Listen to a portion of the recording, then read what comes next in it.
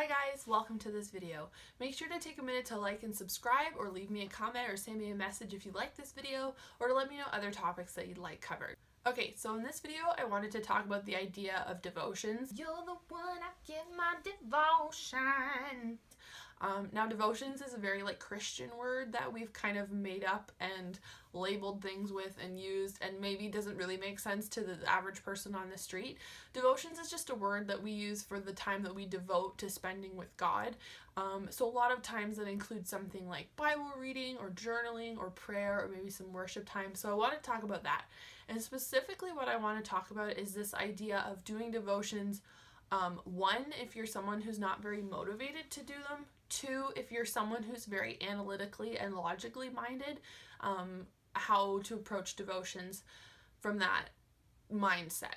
Also, once again, no makeup on. I'm kind of yeah, body positivity, don't wear makeup. Also, I'm just kind of lazy, and you really can't tell that I have makeup on anyways if I put it on when it's on camera, so ain't nobody got time for that. So I'll give you a little bit of backstory of why this video is something that I wanted to make and how it applies to me. I went to Hillsong College for 2 years in 2015, 2016 in Sydney, Australia. It was an incredible experience, totally changed my life. One thing that was weird though that happened to me while I was there, and I assume other students as well, is that because we were spending so much time really analyzing the Bible and doing deep theological study and pulling things apart and looking at things ways that I hadn't looked at them before, my devotion time with God became a little bit strange because, well, a few things. One part of it is that I was just overwhelmed by all of the knowledge that I was getting in Bible college, so I was very unmotivated to do my devotions. That's the one thing. The second part is that because I was learning all of these ways to actually study the Bible, my devotion time became like another class, and I wasn't enjoying my devotions anymore. That's not to say that devotions are just a time of enjoyment. They should be a time of study, but I'll get to that in a little bit. And then the other part is just, I was at Bible college with a whole bunch of Christians, some amazing professors and teachers who had incredible ways that they did their own study in the Bible. And so I'm learning all these different ways to study, and so there's 100 different ways to do that coming at me, and it's okay, well, which one am I going to use to do my devotions? So that's why I wanted to make this video. At the beginning of the video, I kind of explained what devotions is, but just to clarify the point of doing devotions, in the Bible, obviously we're encouraged to read the word and read scripture and make it part of our heart. And so part of a way of doing that is making sure that you set aside time daily to read the Bible. But the other thing is, don't get too stuck on this idea of duty or religion. On one hand, I definitely think that devotions kind of falls under a duty aspect of Christianity, in that, we're claiming to be Christians, we're claiming to have this relationship with God, so it's our duty to actually put time into making a relationship with Him. But on the opposite end, I don't want it to be so stringent that it's I must spend 5 minutes every day reading the Bible. You know what I mean? It's simple as a relationship, in that, if you want to get to know someone, if you want to be able to, know what they're like and learn about their personality and be a better friend to them, have a better relationship with them, what do? You invest time. And the simplest way that we can invest time with God as humans is to spend time in the Word. It's literally God on paper. We're always waiting for these big, majestic, God moments. But, He's already said a whole lot to us, and it's all wrapped up in a book. So that's where we're coming at this from. I just kind of wanted to talk about how I've kind of managed to figure out how to do my devotion time with God as far as reading the Bible and learning scripture. And a lot of it applies specifically to people who are very logical and analytical. I was a logical thinker before I went to Bible college, but then add on that all the ways I learned how to analyze scripture, and it just kind of messed me up a little bit. And then a lot of this will just apply to anyone. So hopefully these are some good tips for you as far as how you can spend your devotion time, good ways to do it, maybe something you've never thought of before. First thing, as far as this is a general point, is I cannot have my phone with me when I'm doing my devotions. Even though I'm someone who's very logical and task oriented, you'd think I could stay on task, but I mean, the Instagram app is really close to my Bible app, so it's really hard to separate the two.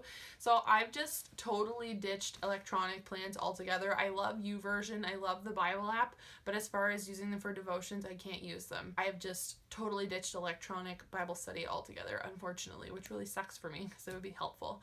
I do have my phone with me sometimes for devotions. If I want to look something up maybe in another version or look up a word in, the original language or whatever it is.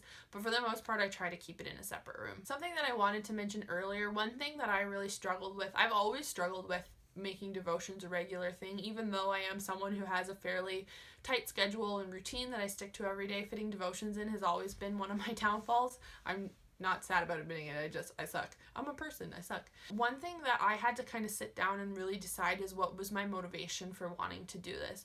Besides, obviously, the fact that you're a Christian and you want to work on your relationship with God and that you should spend time reading the Bible, I had to find something a little bit beyond that would motivate me to want to do this every day. So something just beyond my Christianity. What would motivate me to do devotions? I would really encourage you to figure out what it is that motivates you to actually work on your relationship with God besides the relationship with God itself. For example, the thing that ended up helping me to actually stick with devotions is the motivation of a future family. I want to be that mom that gets up before her kids and reads the Bible and is able to quote scripture to her kids and help her kids through their journey. I'm not married yet. I don't have my own kids, but this is something that's super important to me in my future. And so using that outside motivation to help fuel my motivation for doing devotions, besides just the fact that I want to work on my relationship with God, that has actually really helped me. So if you're having trouble with sticking with devotions, I would really suggest that you try and figure out another motivation besides just building your relationship with God. I hope that makes sense. Another suggestion, as someone who's a logical thinker and someone who's become very analytical of scripture with doing your devotions, is to make sure you really separate those two activities. So what I mean by that is I needed my devotion time to strictly be a time of taking scripture in, sitting on it, chewing on it a little bit, and just hearing what God had to say about it. I really cannot analyze anything while I'm doing devotions. I've made myself not be allowed to do that. If I want to do that, it needs to be a separate time from that. The reason is that what was happening when I was doing devotions and analyzing at the same time is that it just became, like I said earlier, it just became like another class time, and then I actually wasn't taking anything in. I was just writing notes and getting information. I wasn't actually like sitting on it and really listening to it and praying about it. So I've really had to separate the two. I love theological and analytical study of scripture. It's like one of my favorite things, but my devotion has to be totally separate from that. So I read Letters to the Church earlier this year. It was an amazing book. But it had to be totally separate from my devotion time. So I know some people will maybe read Christian books or Christian Bible study books as part of their devotions. If that works for you, that's cool. For me, it doesn't work. I've had to totally separate it. So if there's a Christian book that I want to read or a study that I want to follow, it's not part of my devotion time that I've set aside. Something else I would add about your devotional time, once you find something that works for you, and everybody's going to be totally different. I'll show you what I use, but I'm sure you're going to have something totally different. As soon as you notice that your brain is going off track during your devotional time, I would tell you to just stop. I know that sounds kind of maybe like not super motivational or positive, but the reason is that I think it's too easy to, let me give you this example. I set aside, let's say, half an hour in the morning for devotions. Sometimes I'm just trying to fill the half an hour rather than actually using that half an hour to be filled. Does that make sense? I hope that makes sense, because what will happen is I'll start in my devotion, I'll find something really interesting, I'll start analyzing, and then I go into like study mode and theology mode, and then I filled the half an hour, which is great, but that half an hour hasn't filled me because I spent the whole time analyzing stuff and being really logical. So as soon as you notice your devotion time switching into something else, I would suggest you stop. And in the long run as well, so if you set up a routine for how you do your devotions, if it works for a couple weeks, that's great. If after a couple weeks it's not working anymore, switch it up. There's nobody, telling you that there's a certain way that you have to do this. So just, do whatever works for you as long as it works for you, and change it up. And don't be ashamed of switching what you're doing or feeling bad for not finishing, a devotional book or finishing a whole book of the Bible in consecutive order.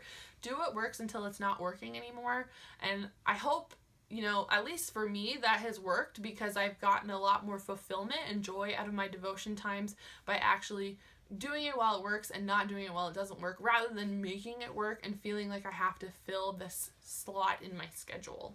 So as far as my actual devotion time goes, it's pretty simple.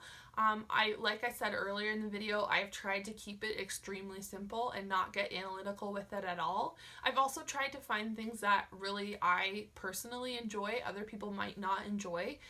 So if there's a certain way that you take in information well, or you enjoy studying, make sure you try and incorporate that a little bit. I know I just said to separate your studying and your devotion, but however you intake information best, whether it's, visually or audibly or with physical stuff, make sure that you do that. So here's my devotion stuff. Okay, so the first thing that has really helped me with my devotions is this Bible. I don't really care about the version necessarily or whatever, it's NIV, but it's a journaling Bible. So the cool thing about this Bible is it has extra space on each side of the page. There's a margin for writing notes. And what I've actually used it for is to illustrate verses for the most part. There is a couple times when I've written notes, but mostly I illustrate verses. This for me personally motivates me to spend time in my devotions because I love to draw, I love to do script and art and stuff. So incorporating this into my devotion time makes it much more enjoyable, and I actually find that I take a lot more information in because I'm spending so much time focusing on writing the words and the artistry of it.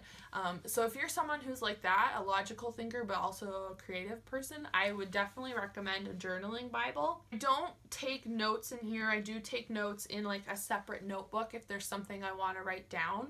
There's a couple short notes in here. There's not a ton of space, as you can see. So there's not a lot of room in there to make notes anyways. So I've used it more for illustrative purposes. Okay, on the same note as the journaling Bible, I have this devotional book.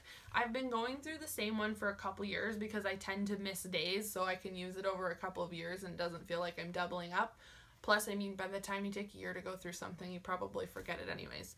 Again, along the same line as the journal, it's illustrated and it's artistic, and so that for me turns on the creative part of my brain and allows me not to have to use the logical part quite as much. It also has space inside of it to take notes, so there's like an illustrated verse in the devotion, and there is note space as well. I don't use the note space in here, only because if I'm reading this and reading my Bible, I would like to keep all my notes in the same place. So there you can see the logical part of my brain coming in. I want all the notes in one book rather than a separate book. Yeah, so this is the one devotional book that I'm using. Again, find stuff that works for you, that allows you to separate your analyzing time and your logical time from your devotion time. So for me, finding something that was a little more creatively oriented has really helped my devotional time. Right, another part of my devotional time is prayer time.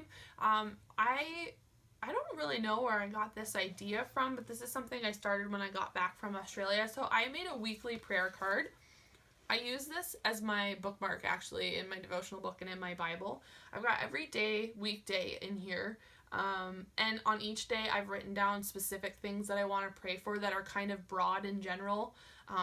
The reason I did this is I didn't want to feel overwhelmed every day that I had to pray for everything every day. And obviously if something comes up on a specific day, I'm going to pray for it on that day.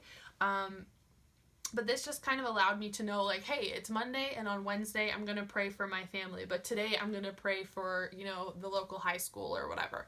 So it's just kind of given me a little bit of freedom not to feel so much pressure to have this like 5-hour-long prayer time. I know it's going to get covered somewhere in the week.